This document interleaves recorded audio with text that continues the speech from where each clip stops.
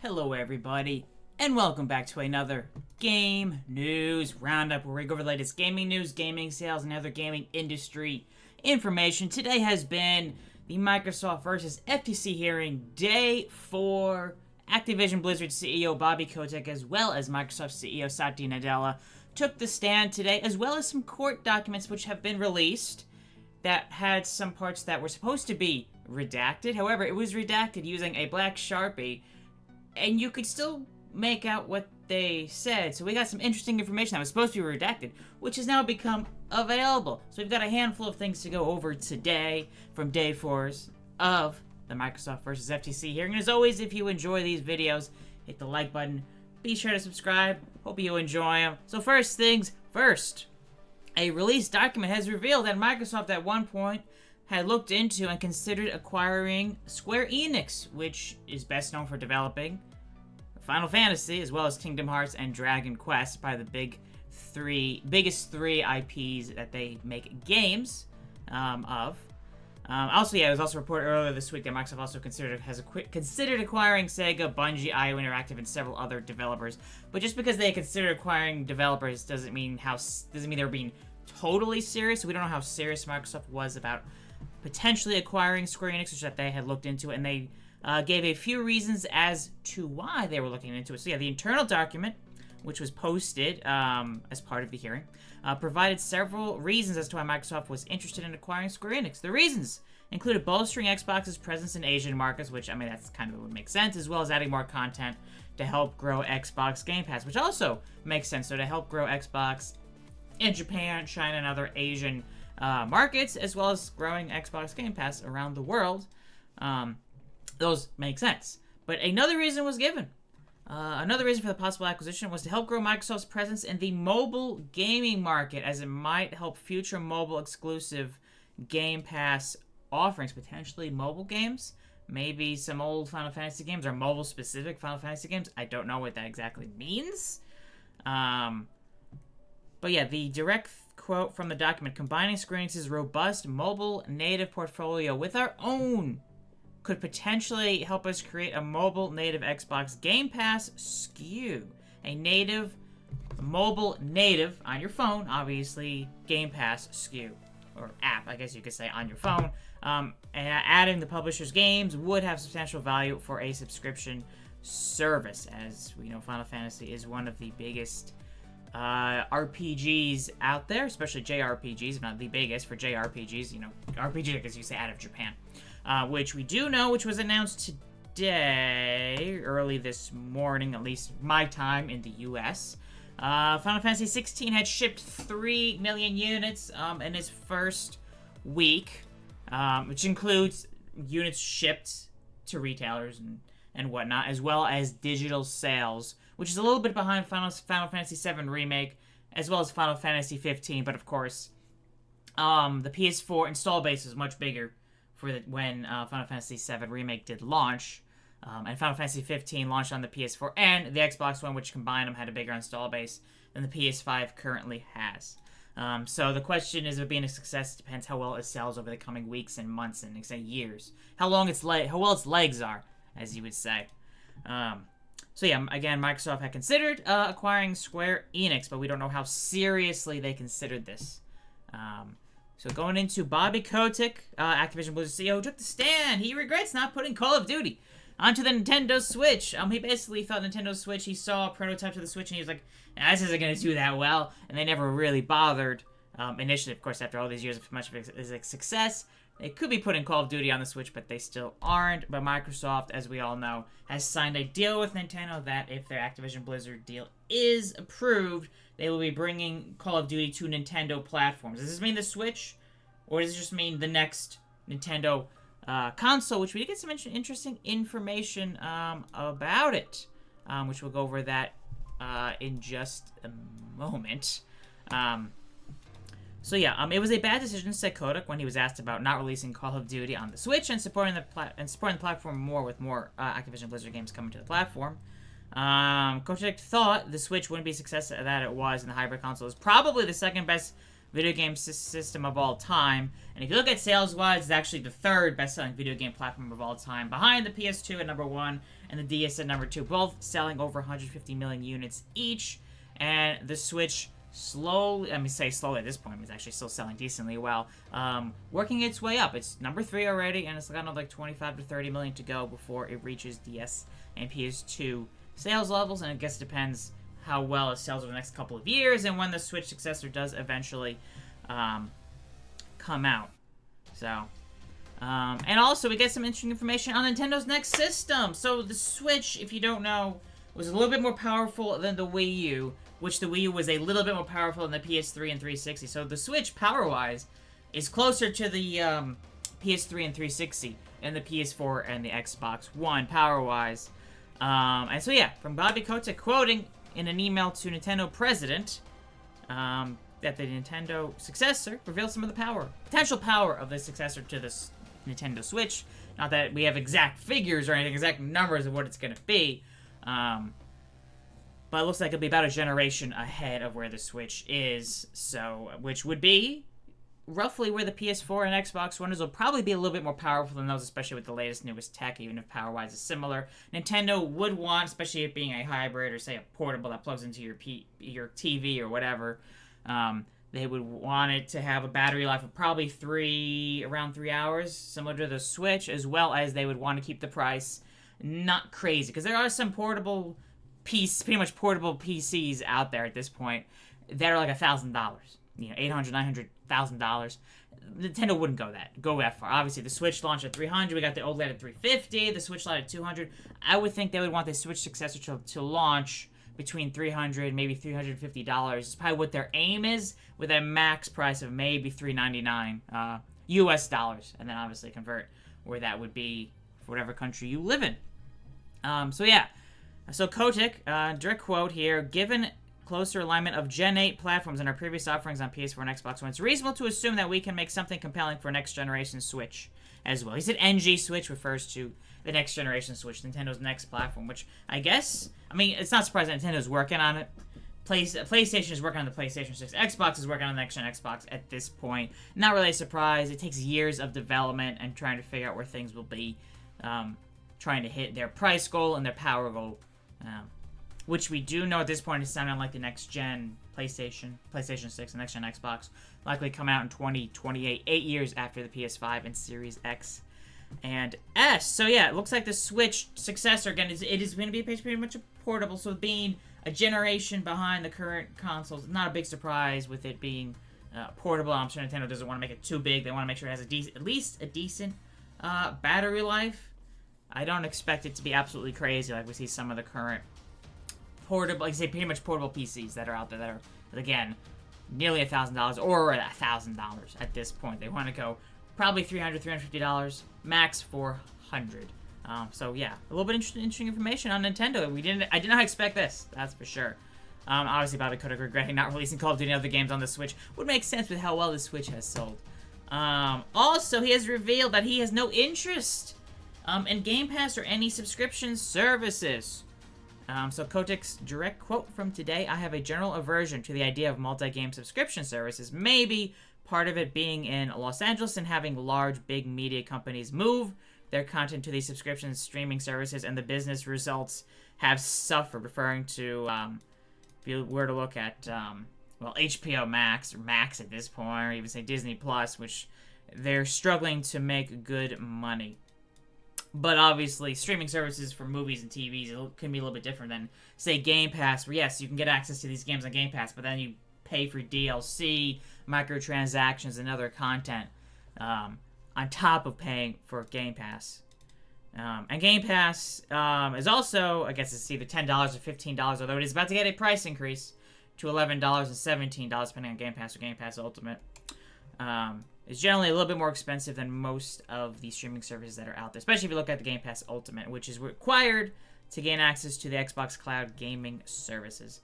So yeah, Kotick said he wouldn't put Call of Duty on any subscription service, and the company is currently not generating any revenue from subscription services. However, he did say Activision Blizzard has experimented with a few streaming services. So yeah, Activision Blizzard currently has no plans to put any of its games on streaming services.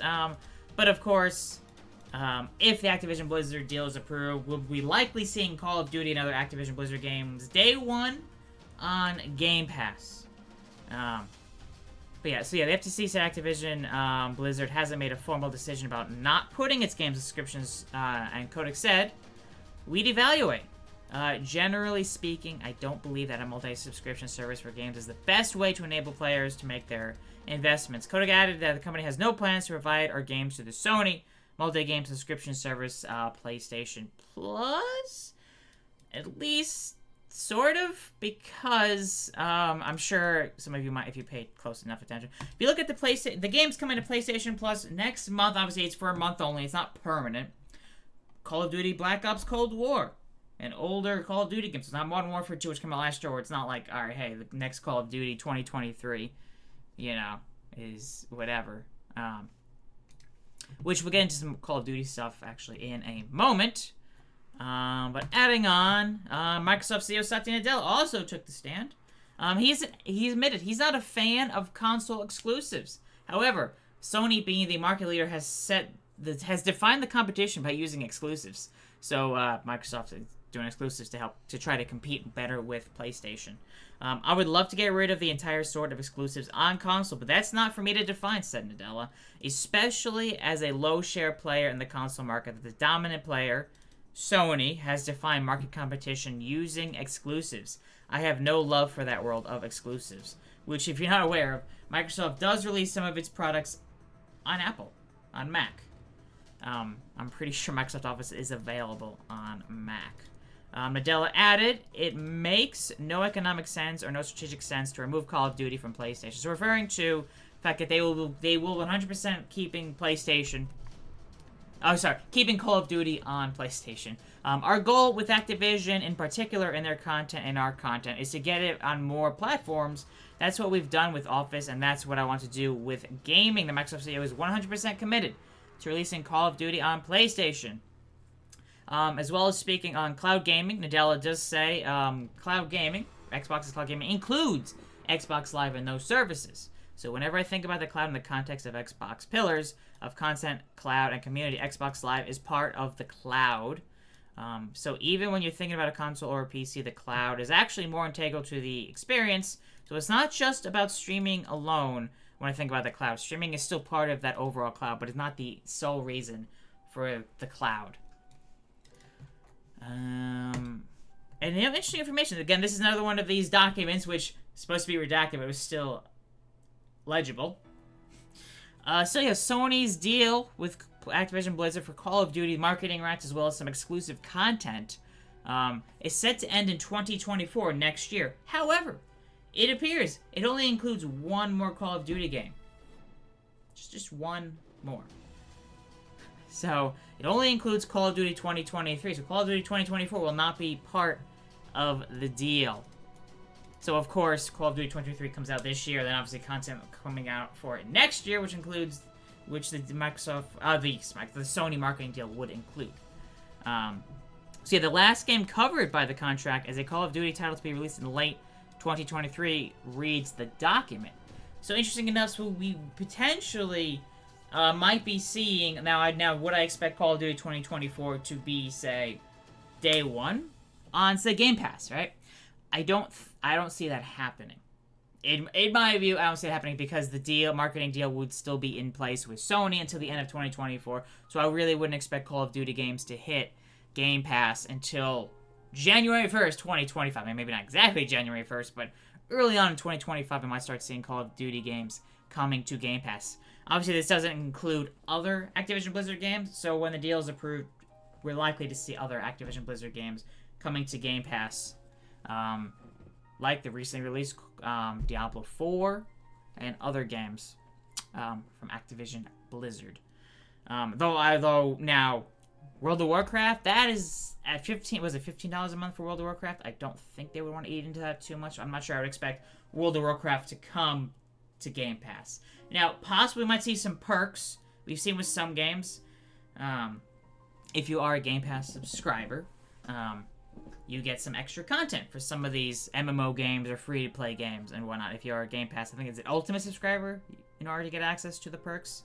But correct me if I'm wrong on that one in the comments section down below. Also, by another poorly redacted document, has revealed that Call of Duty has generated over $27 billion lifetime in revenue as of 2020.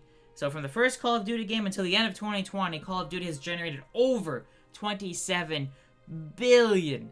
That's just Call of Duty. Who knows what World of Warcraft brings in? Now you got Diablo 4 that's now available. Obviously Diablo Immortal, Overwatch, and a bunch of other games from Activision Blizzard. And obviously, of course, this includes King. Obviously, you call it Activision Blizzard, but it includes King, the developers of Candy Crush, which is huge. Brings in a crazy amount of money still, despite how old the Candy Crush is.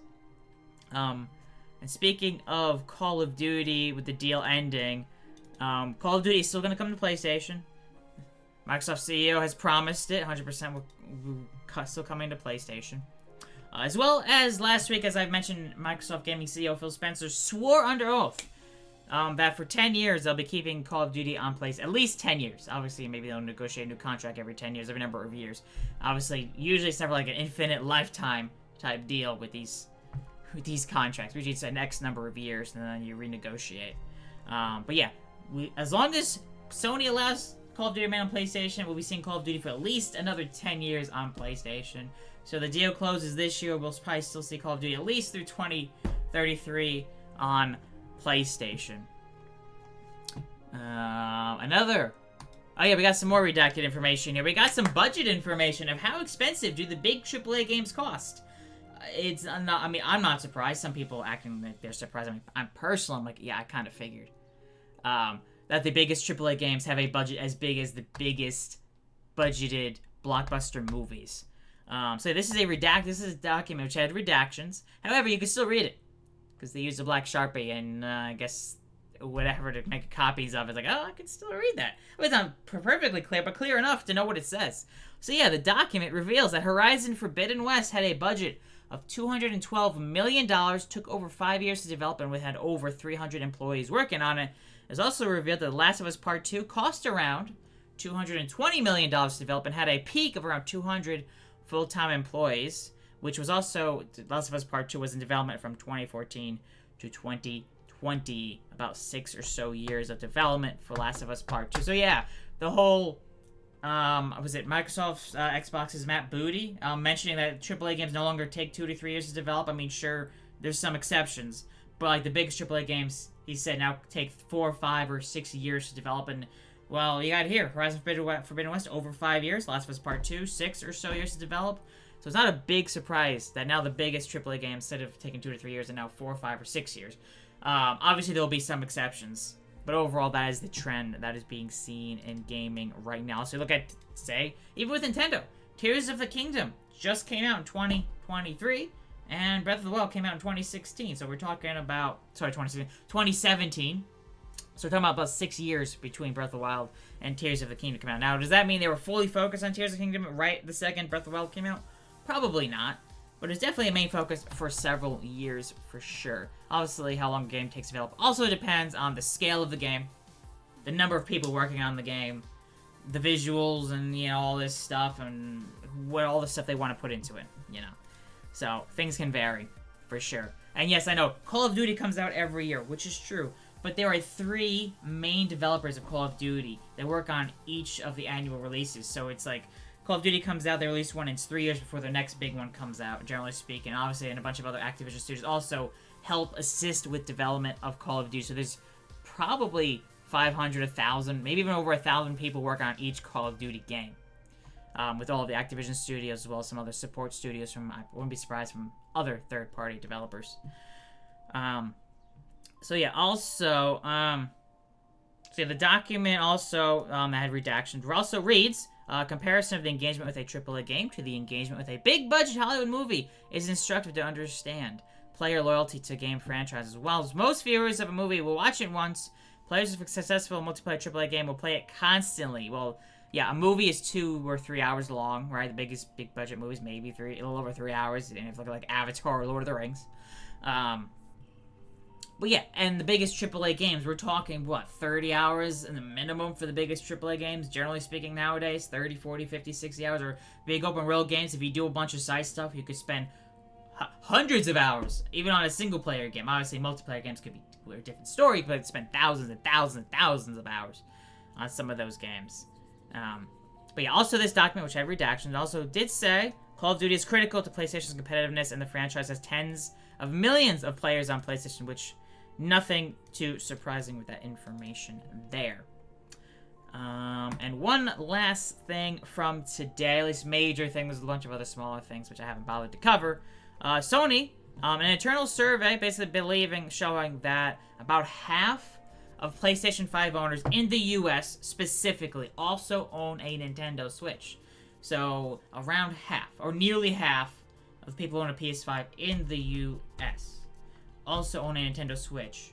And less than 20% of PS5 owners also own an Xbox Series X and S, which, considering the percentages, and you look at how well the Switch has sold, it's been one of the best-selling consoles of all time, if not the best-selling console of all time, by the time it stops selling, versus the Series X and S, which is around 22 million units sold at this point.